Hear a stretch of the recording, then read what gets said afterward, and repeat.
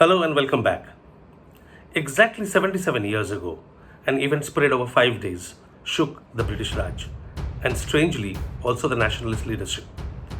Yes, I am talking about the RIN mutiny, the mutiny in the Royal Indian Navy.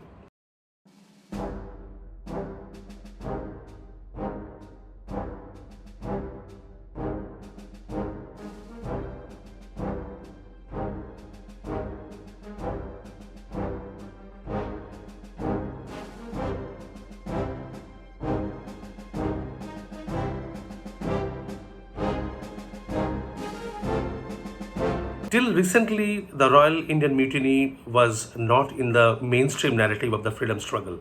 It was projected more as resulting from some grievances of the ratings of the sailors.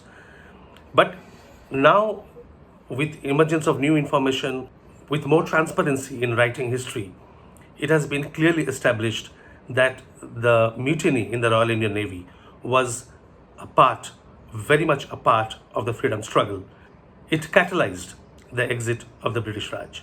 Taking cue from terming the 1857 Sepoy Mutiny as the first war of India's independence, some historians and commentators want to label the RIN mutiny as the last war of independence. But frankly speaking, it could have been the last war of independence, but sadly, because of the betrayal of the leadership at that time, it could not become so. The nationalist leadership disowned that entire movement.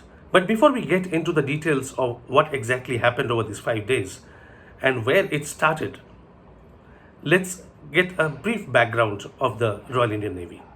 During the First World War, the Navy in India was known as Royal Indian Marine, RIM. It was only in 1934, and precisely on 2nd October 1934, RIM was renamed as Royal Indian Navy.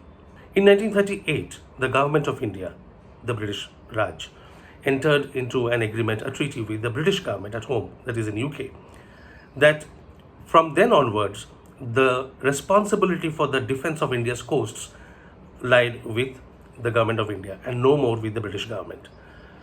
For this purpose, the £100,000 that the Indian government used to pay to the British government would no more be paid, but spent on building the Navy in India. Now, in 1938, to build and expand the Navy, the flag officer commanding of RIN developed a 9-year strategic plan. But soon, the Second World War started, and recruitment had to be escalated. It had to be quickened. As a result, the number of ratings, all of whom were Indians, increased from 1,475 in September 1939 to 27,651 in August 1945, when the war ended. But then started the process of demobilization. Those who had been recruited during the Second World War for war services had to be discharged. So the numbers started reducing. And by December 1945, the number of ratings had come down to 21,193. Interestingly, the religious composition of the ratings also underwent a drastic change during the war years. While 75% of the ratings in 1939 were Muslims, in 1945, when the war ended, their share had gone down to 35%. At the same time, the share of Hindus amongst the ratings increased from 10% to 40%. I'm mentioning the religious composition because when the mutiny happened, it emerged as an example, just as in the case of the Indian National Army, that the religious divide did not matter when it came to a genuinely national movement. Hindus and Muslims stood and fought together. The mutiny in the RIN took place in February 1946, but the seeds of this mutiny, this particular mutiny, was sowed much earlier. Now, most of the ratings were recruited during their teens, and they came from either rural or suburban backgrounds and not doing so well financially. They got into the Navy in the hope that they would get good food and good treatment and also learn a few skills. But when they were recruited after joining the services, they realized that the kind of food that they were getting were entirely pathetic. The kind of treatment that they had to face from the officers, be it the Britishers or even a significant number of Indian officers who wanted to be more British than the Britishers, that was abominable. So there was already a seething discontent amongst the ratings.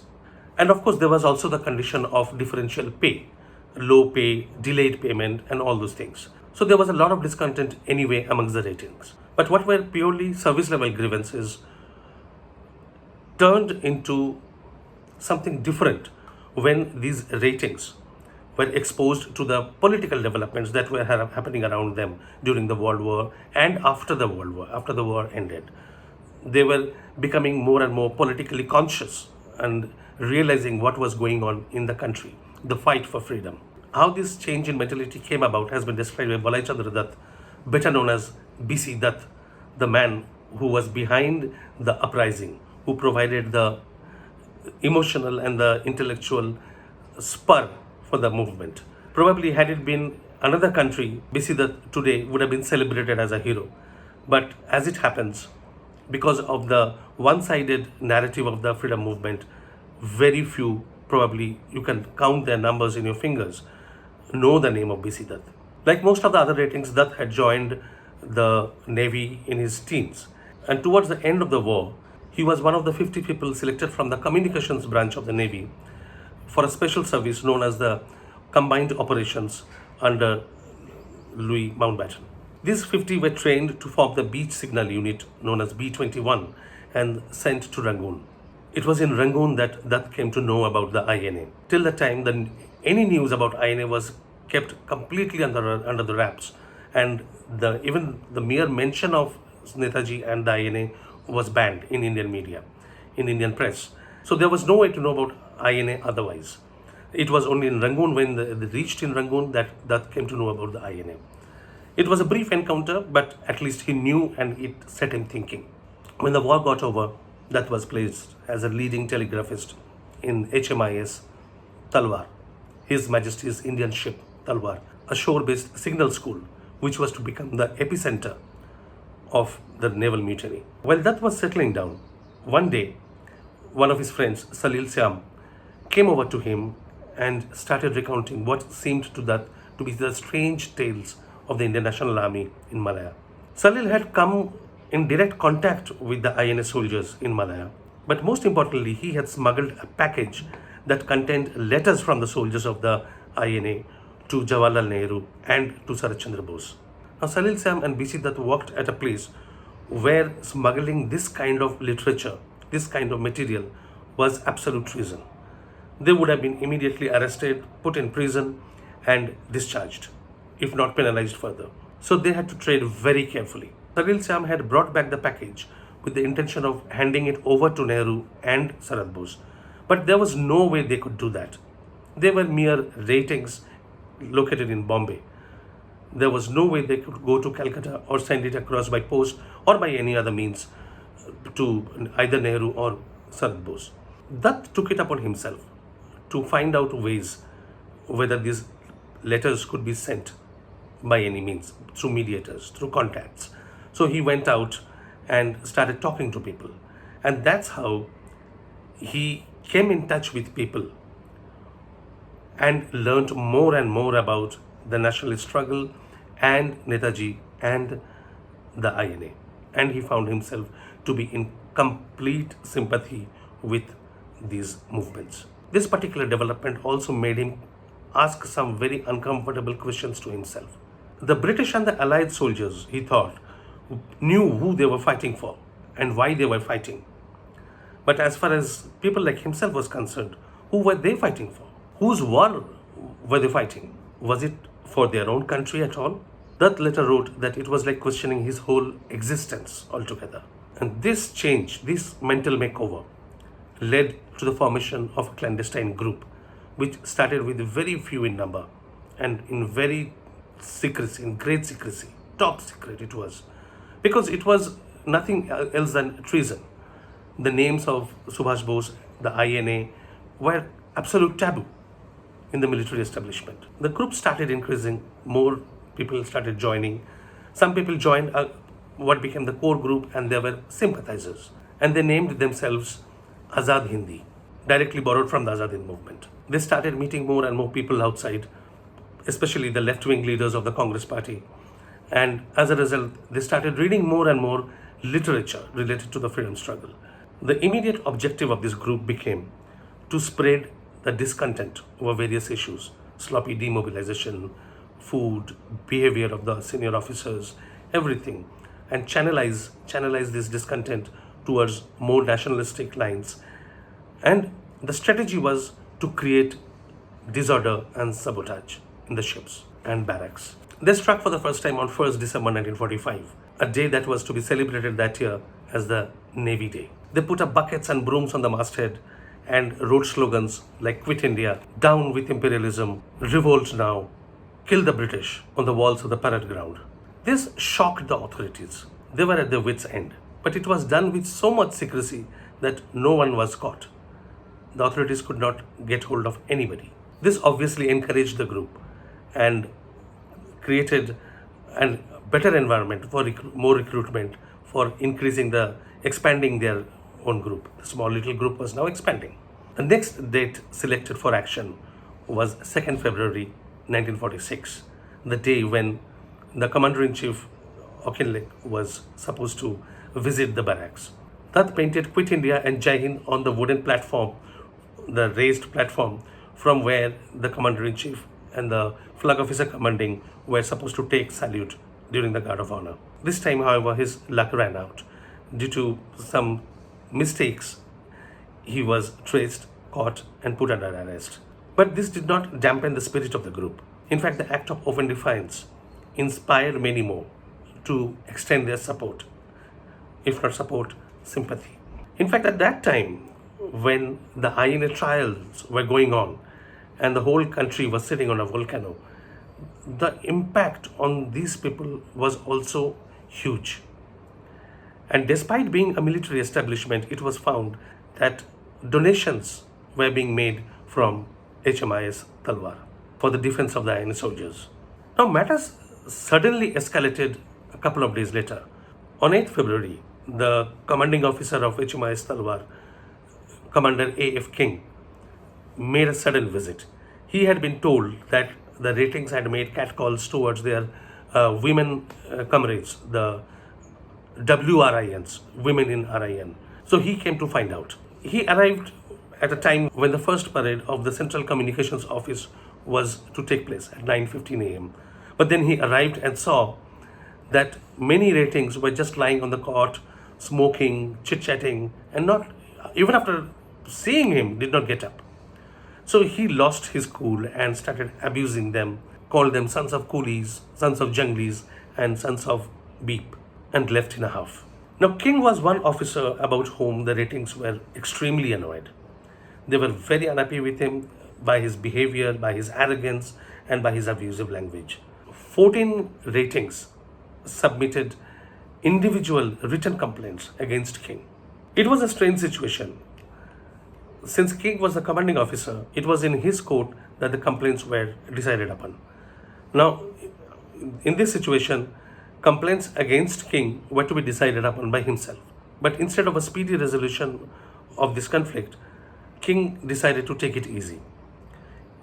He set a date almost after a week for the hearing and discussion with the ratings. And that was scheduled on 16th February. And when that hearing took place on 16th February, King started bullying the ratings, threatening them to take back the complaints, to withdraw all the complaints. In the meantime, B.C. Dutt, who had been arrested, was told that he would be discharged and demoted and was sent back to the barracks to wait for the papers to reach him. So when Dutt went back to the barracks, he found himself in the middle of this controversy. He advised the ratings not to give up, not to withdraw the complaints, but to continue with the protests. The next day, 17th February, the ratings, when they went into the mess, they found the food served was absolutely inedible. It was of the poorest possible quality. So the ratings refused to eat the food served and went to bed hungry. The next day, on 18th February, when again they went for breakfast in the morning, they found the same food being served again. And this was the beginning of the mutiny. The ratings refused to be at the parade ground at the required time, despite repeated calls. As the day progressed, cries of Inqilab Zindabad and Quit India echoed through Talwar. The facility was now completely under the control of the ratings. Around 5 p.m., the flag officer Bombay, Rear Admiral Rattray, met with the ratings and issued a stern warning that they should all go back to work to their normal routine at once. But he told them that they can present their demands the next day in an organized manner. To pacify the ratings, Commander King was removed, and in his place, a new commander was appointed. The ratings, however, were in no mood to relent. They demanded that a nationalist leader should negotiate on their behalf. The protest was getting bigger in scale. Still, it was just the beginning. And next day, that is on 19th, not many newspapers outside Bombay reported what was going on. For example, in Kolkata, the Amrit Bazar Patrika published a very small, probably a 1-inch column. Matters escalated on 19th February. Rumors were flying thick. There was a lot of tension. Over 10,000 ratings marched from across Bombay towards Talwar. The white ensign of the Navy and the Union Jack were pulled down, and in their place, the Congress flag and the Muslim League flag and the Communist Party flag were hoisted. It was now an open declaration not only of mutiny, but the nationalist connection was firmly established. The ratings met Rear Admiral Rattray and presented their demands. They were chiefly around the service grievances: better food, better pay, methodical demobilization, humane behavior and treatment towards the ratings. All these were there. But most importantly, there were 3 demands which had nothing to do with their service conditions. These were immediate release of the political leaders and the INA soldiers, immediate and impartial inquiry into cases of public firing by the police, and thirdly, immediate withdrawal of all Indian soldiers from the Middle East and Indonesia. The mainstream narrative, which has tried to project this mutiny only related to the service grievances of the sailors, often have ignored these 3 main demands. By now, thousands of ratings were going around the city, around the streets, holding up traffic, asking shops to shut down, and they were joined by civilians in equal numbers. The United States flag was brought down and burnt at the United States Information Services Library. To negotiate with the authorities, the striking ratings organized a central committee, a naval central strike committee of 12 members. Now, this number continued to increase, and by the end of the mutiny, it had increased to around 36 members. Leading signalman M.S. Khan was elected president of this committee, and PO and telegraphist Madan Singh was elected the vice president. Talking to reporters who had arrived by then, the ratings declared, "We are now ready to offer our services to the nation, and that is why we want our national leaders to lead us in this strike and link our demands with the national demand for freedom." The news of the strike by now had reached out to the other naval stations: Calcutta, Karachi, Vizag, and Madras. In Bombay, the dock and port workers' unions had also joined the strike. The naval authorities were so taken aback by this mutiny that they were yet to devise a proper response, a proper strategy. But from the next day, that is 20th February, they started deployment of military units. The first one to be deployed was the Maratha Light Infantry along with the police force. Food was becoming a critical issue. Many strikers had not eaten the previous days, and some of them were on hunger strike. So, and supply was a constraint. And to make things worse, the cooks in Talwar were also on strike because of their payment issues. But something strange happened.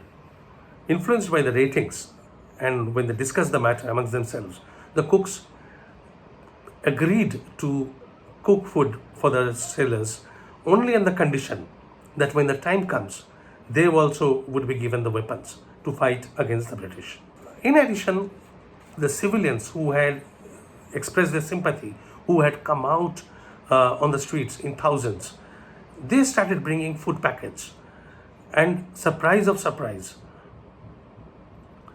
the Maratha light infantry soldiers, the Indian soldiers, and the Indian police force, they helped the civilians to send across the packets to the striking sailors. The ratings continued their march, the procession across the city with the three flags of Congress, Muslim League, and the Communist Party all tied together. There were photos of Netaji going up at places. The previous day, the ratings had gathered at the Azad Maidan and made speeches. On this day, that is on the 20th, they gathered at the Oval Maidan and made speeches, extempore speeches, shouted slogans, and sang patriotic songs. It was an electrifying atmosphere. It was now time for the Flag Officer Commanding of RIN, Admiral John Henry Godfrey, to fly down to Bombay from Delhi. Before joining the Flag Officer Commanding of RIN, Godfrey was the Director of Military Intelligence of the British government. And there he had appointed Ian Fleming as his assistant. Ian Fleming, as many of you would know, was the creator of James Bond. And it is said that Fleming created the character M, who is James Bond's boss, on the basis of Godfrey's character. Reaching Bombay, Godfrey made the ratings and again repeated the same demand that they should all go back to their duty station by 3:30 p.m.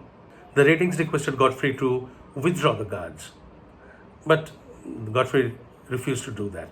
The security arrangement was being tightened. Now, in preparation, anticipating action, the ratings started taking battle positions.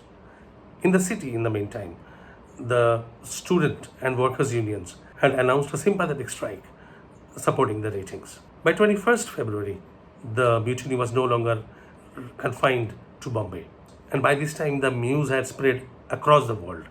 And it was making headlines, front page headlines, in newspapers in the US, in the UK, and other countries around the world.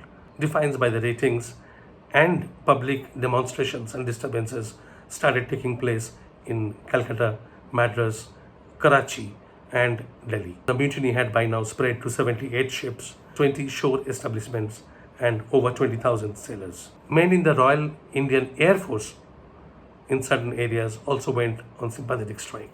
Airmen in Andheri joined those in the Marine Drive to march in procession on the city streets.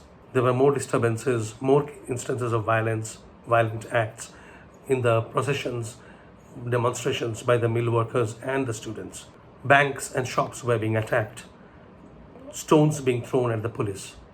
The situation in the city was violent and extremely tense. In the meantime, some exchange of fire started in the castle barracks. When the ratings in castle barracks sent signal to the ratings in the other ships and other establishments, they collected whatever arms and ammunitions they could and completely prepared themselves by taking up battle positions. The authorities, however, noticed reluctance on the part of the Maratha regiment to fire upon the ratings. The Indian soldiers were not firing on the Indian sailors. Now, this was a serious problem.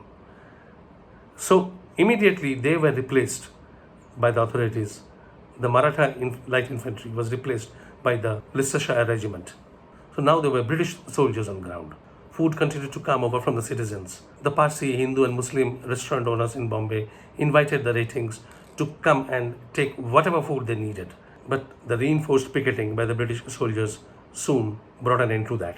At this time, the ratings shifted their operational headquarters to HMIS Narmada, which was a tactically more important place compared to HMIS Talwar. Through the All India Radio, Bombay, Godfrey warned the ratings at 2:30 p.m.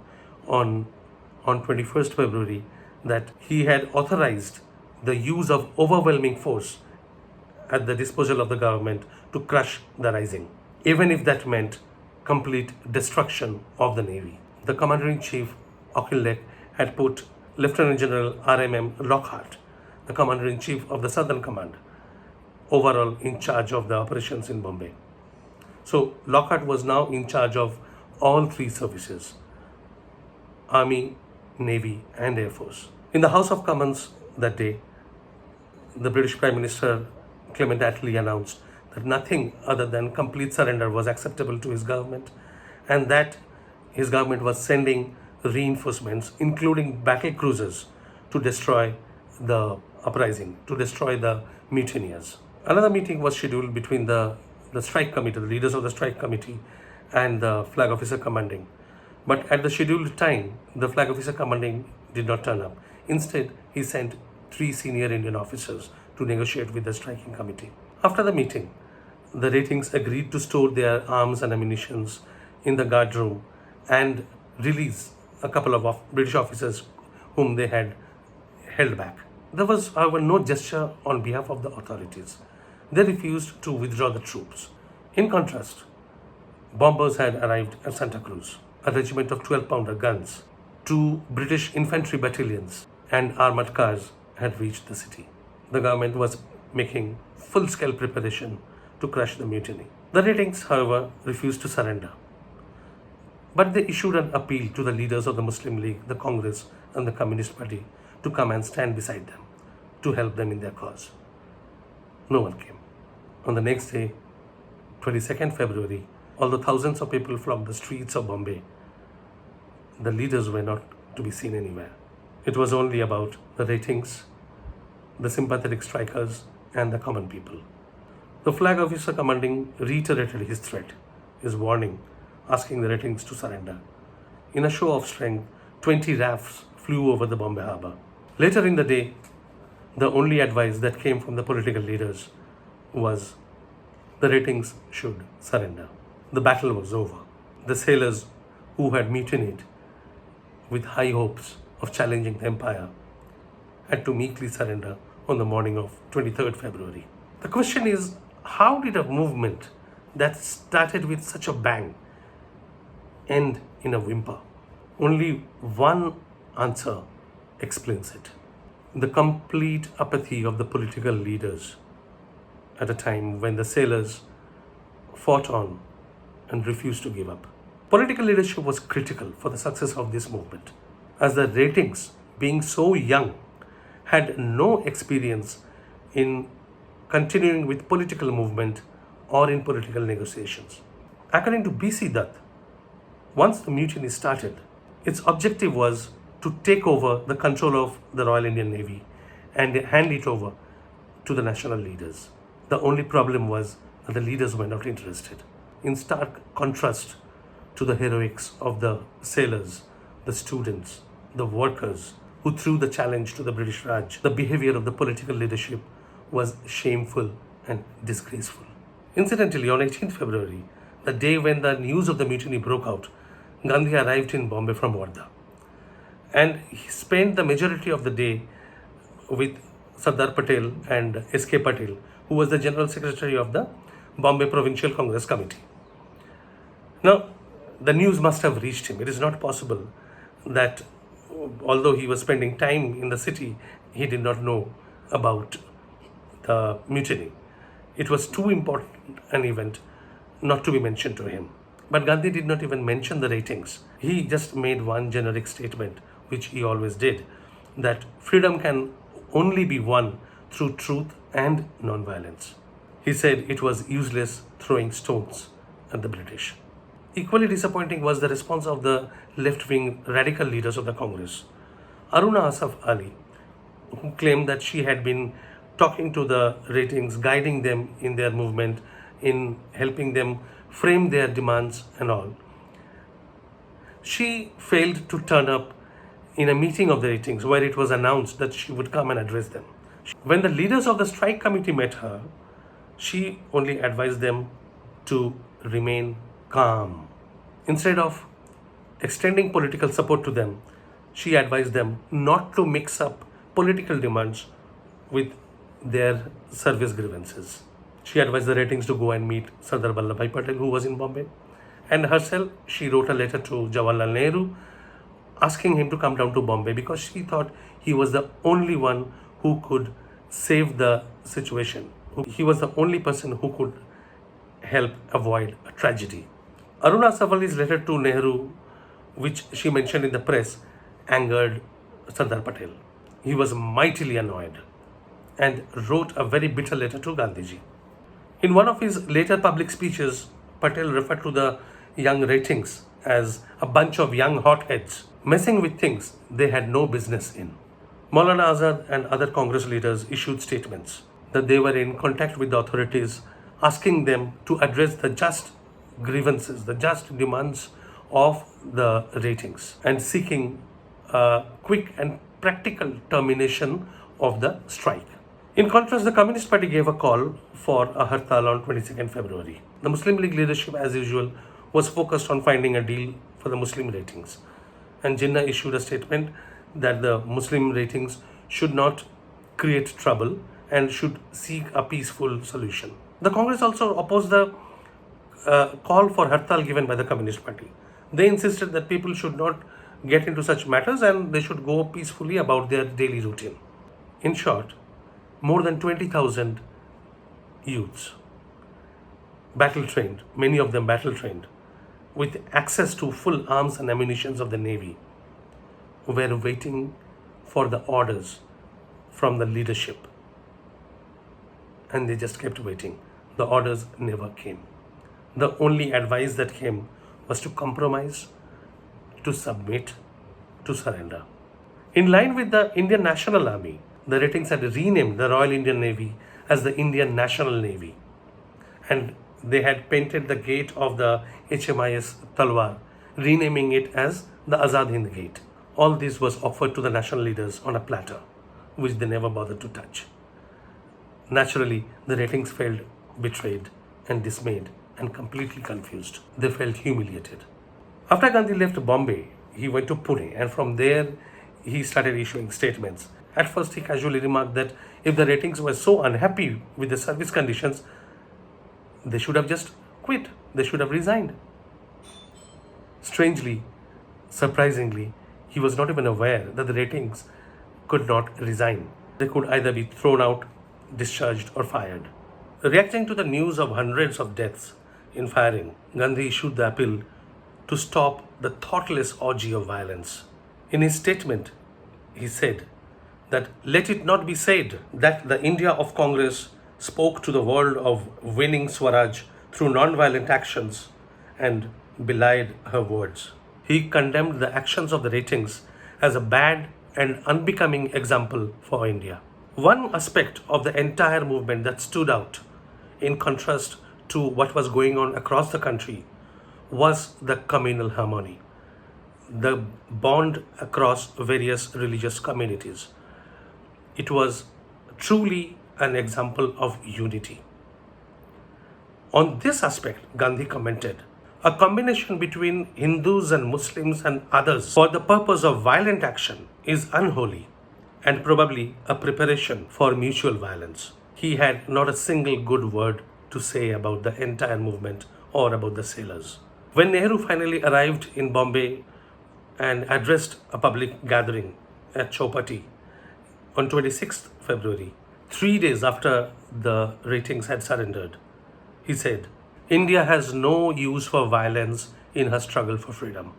This pathetic show by the top political leaders when the mutiny was spreading and almost the entire country was in the grips of excitement and anticipation. On one hand, the anti-INA trials movement was going on. On the other, the RI mutiny had erupted. It was a volcanic situation. At this time, the top political leaders decided to dump the popular feeling, the popular movement, the mass movement entirely. As can be expected, this only worked to demoralize the ratings. The final nail in the coffin was Sardar Patel's direct advice to the ratings to surrender unconditionally.